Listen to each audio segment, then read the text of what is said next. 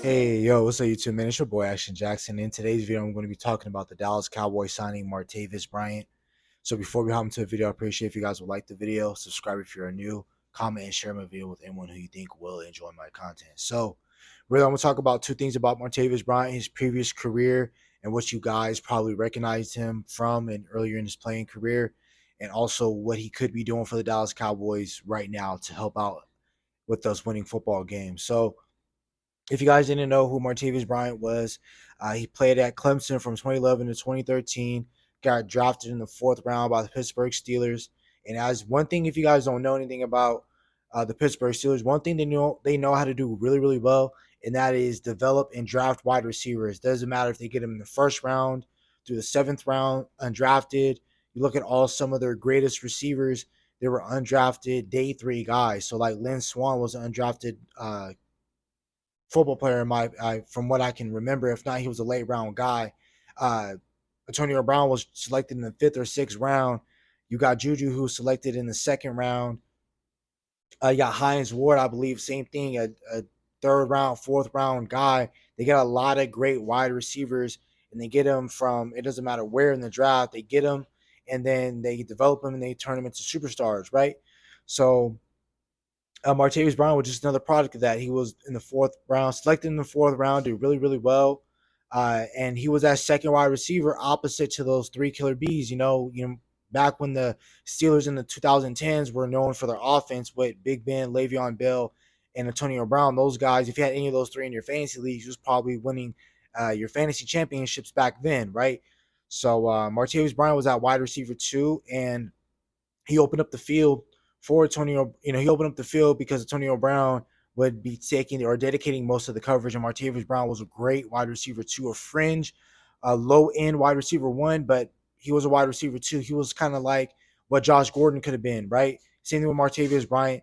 Both guys was dealing with some substance abuse. That's what ended up getting them kicked out the league for a little while. And Josh Gordon could have been one of those top receivers in the 2010s. When you discuss the 2010s, you can't discuss it without Megatron, Julio Jones, Antonio Brown, Dez Bryant, AJ Green. Those guys. You can't really talk about the 2010s in terms of wide receivers without those five or six guys, including Josh Gordon. He had a blip of the radar, and Martavis Bryant was really great. He wasn't up in that upper echelon in terms of those guys I just mentioned, but Martavis Brown was a really great wide receiver too. 2015 he had 765 yards. He had 6 touchdowns. His rookie season he had 549 yards with 8 touchdowns.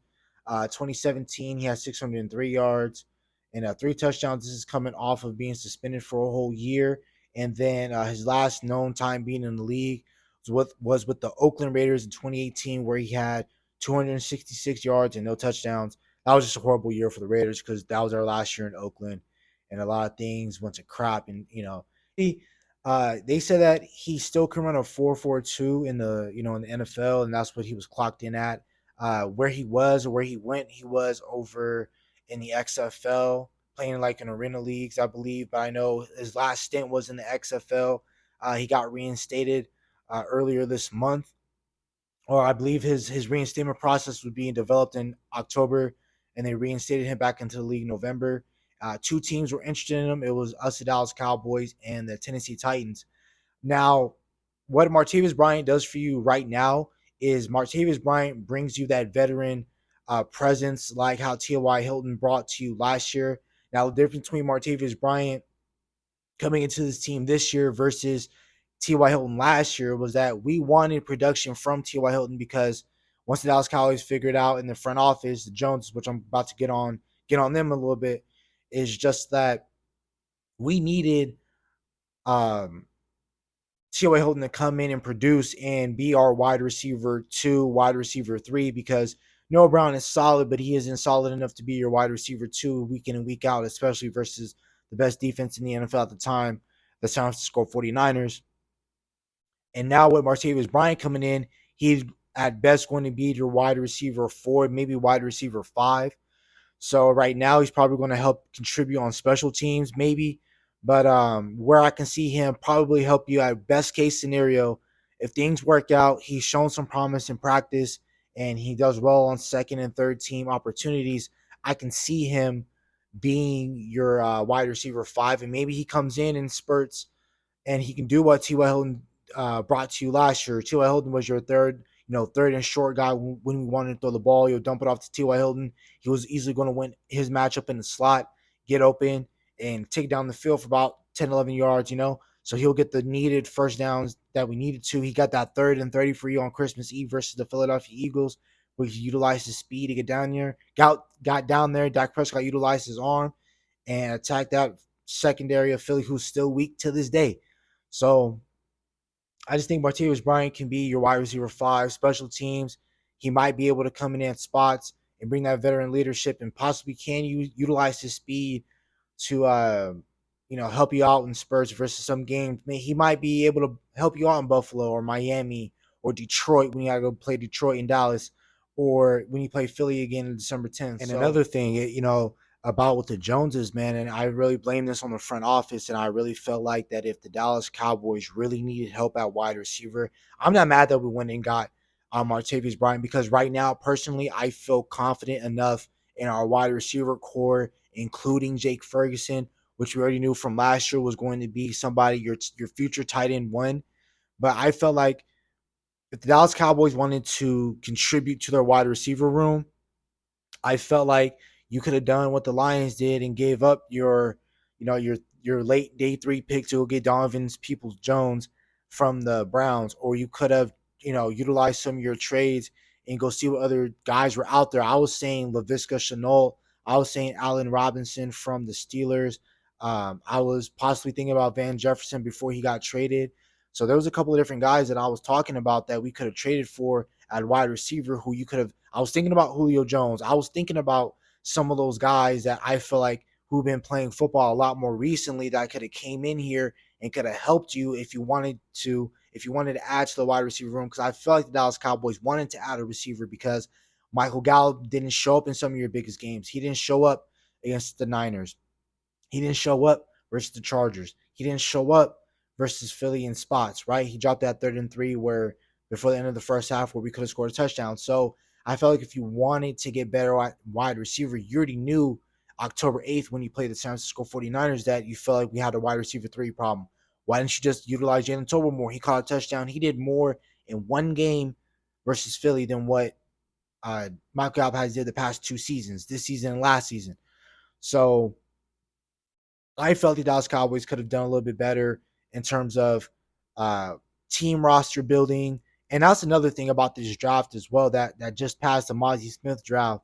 I felt like contending teams, they understand the Eagles, Rams back when they weren't, the cluster mess that they are now, the Bucks,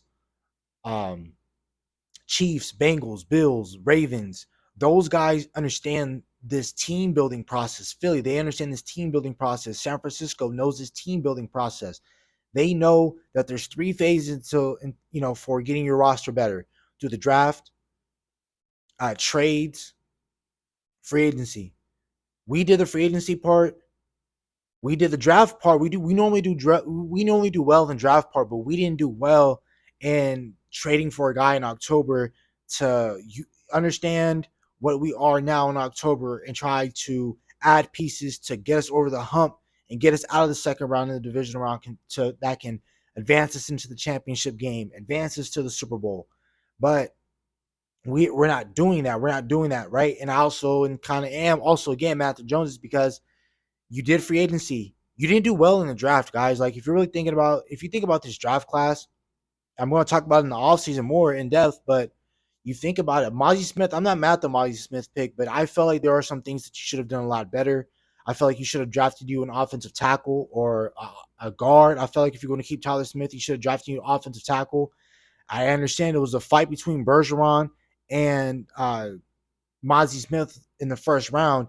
If tackle and offensive line was such a high important need, why did you wait until the 5th round to go draft Austin Richards if you felt like offensive line should have been a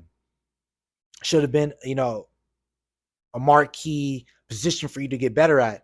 Because we always depending on Tyron Smith. He had a hell of a game last week versus the Philadelphia Eagles, but you feel like if you drafted yourself a left tackle, you would have been in a lot better position now. And then again, if you wanted you a tight end, you should have got you a more of a receiving threat tight end. You should have traded up for a Samuel Porta. You should have drafted Michael Mayer. You should have probably spent your first round pick on Dalton Kincaid. If tight end was such a major need for you, you should have either done that or spent the money to go get Dalton Schultz back. He only signed a year deal to $9 million for the Houston Texans. You should have bought him back if tight end one was such, or tight end two, or just tight end in general was such a need. You should have done that. If wide receiver, if you wasn't too confident in what you had at wide receiver, you should have spent that draft capital, right?